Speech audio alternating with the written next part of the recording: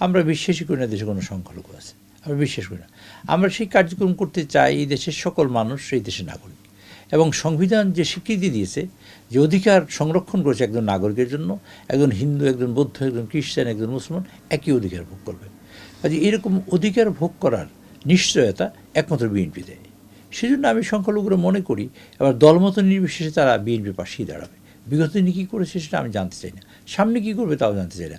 এখন জানতে চাই তারেক সাহেব যে কথা বলেছেন দেশে কোনো সংখ্যালঘু নেই, এইটা বিনির্মাণ তারা করবেন এবং সেইটা বাস্তবায়নের জন্য আজকে সংখ্যালঘুর ঐক্যবদ্ধ হবে। আরেকটা হলো ধর্ম যার যার রাষ্ট্রসভার, সুতরাং সেক্ষেত্রে রাষ্ট্র একজন মানুষের পাশে দাঁড়াবে, দুঃসময়ে মানে অসুবিধায় বিপদে আপদে রাষ্ট্র পাশে থাকবে, এই কথা তারেক সাহেব বলেছেন। এটা কোনো লোকের বক্তব্য। স্ট্যান্ডবাজি কিন্তু করা যায়, স্ট্যান্ডবাজি যে কোনো লোক করতে পারে।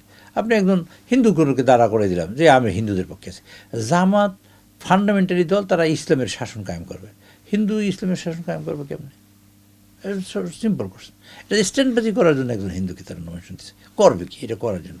এটা তো খুব দুঃখজনক। আমাদের সংখ্যালঘু ভাইরাও এটা বোঝার চেষ্টা করবেন যে এইটা কথা। আচ্ছা ধরুন জান্নাতে পাঠাবে, জান্নাতে পাঠাবে না, শুনছেন না আপনি? কী শুনছেন? জান্নাতে পাঠাবে কথা শুনছেন। আচ্ছা জান্নাতে যাবে সব মুসলমানরা, বুঝলাম। এই সংখ্যালঘু ভাই উনি যাবে কোথায়? এটা তো সব বিরাট করছে। কাজে এর স্ট্যান্ডবাজি করার কোনো মানে হয় না। আর স্ট্যান্ডবাজিটি বুঝে যায় এটা ধাপ্পাবাজি, এটা ভণ্ডাম।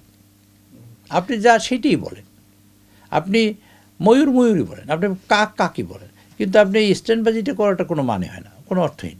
যদি আপনি ইসলামের শাসনই কায়েম করতে চান এবং সেটাই যদি করেন, তাহলে সেটা তো আপনি অন্য কোনো ধর্মের লোক দিয়ে সেটা আপনার এই ধর্ম কায়েম করবেন কী করে? বাট এটা সম্ভব কিনা? এখন হিন্দুদের ভোট নেওয়ার জন্য স্ট্যান্ডবাজি, আমি বিশ্বাস করি সারা বাংলাদেশের আমার সংখ্যালঘু ভাইরা, বিশেষ করে হিন্দু ভাইরা এই বিষয়টা বুঝবেন যে এটা তাদের ধাপ্পাবাজি এবং চালবাজি।